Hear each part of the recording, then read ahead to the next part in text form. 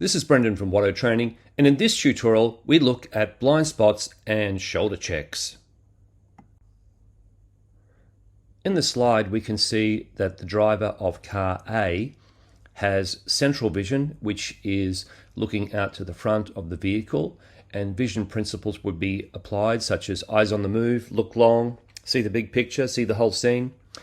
And the driver also has the peripheral vision, which is approximately around about 140 degrees.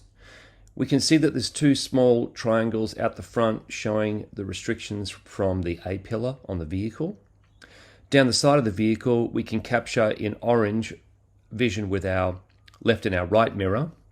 And using our central mirror through the back window, we have the green zone that's shown. Now there is a little bit of an overlap with what we can see with our central mirror and our left and our right mirrors. But for the sake of the diagram, that's giving some general guidelines. The two big aqua-colored triangles out to the sides show the blind spots, which would require the driver to make shoulder checks as they were to, for example, leave the curb or to change lanes, etc. In this slide, we can see the blind spots that are created by the A pillars at the front of the vehicle. It's very important that when a driver approaches a pedestrian crossing, that they lean and look and turn their head to the left and to the right and have a really good scan to make sure that if there's any pedestrians or other road users coming towards the pedestrian crossing or are on the pedestrian crossing, that they don't lose them due to the blockout created by pillar A.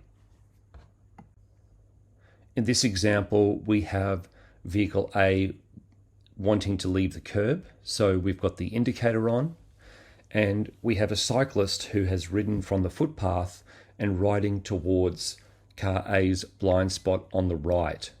So the driver will see the bike rider, if they've got their all-round scanning happening, in their rear view mirror as they ride behind. They would see them in their right mirror, but then if the driver wasn't paying attention or wasn't scanning, they could miss that rider as they moved into that blind spot zone. So in that case, the driver would have to make sure they check their right shoulder before departing the curb.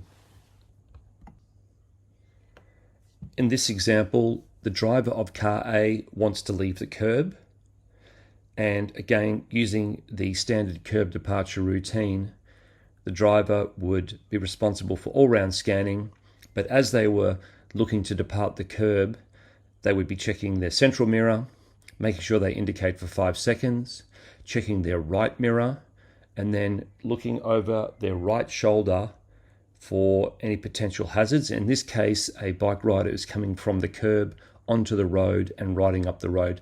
This is the sort of thing I've seen happen in suburban streets.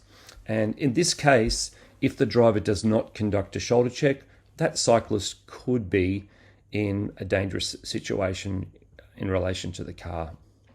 Now the question is, do we just look out the driver's side window or do we look behind pillar B? And in this case, the driver would look behind the B pillar back towards where the cyclist is. In this slide, we can see that we've got a multi-lane situation. So car A is driving along in the left lane and they wish to make a lane change to the right lane. I've just drawn in those green arrows to show that some of the zones that the driver would be checking. So central mirror for behind. And the second arrow would be showing the right mirror checks. And the third arrow, which points to the blind spot, would again require the driver to turn and look in that danger zone, the blind spot zone, which will not only, as the eyes sweep around, you'd be checking off your right shoulder and then a little very quick glance behind that B pillar as well. Thanks for watching. This has been Brendan from Watto Training.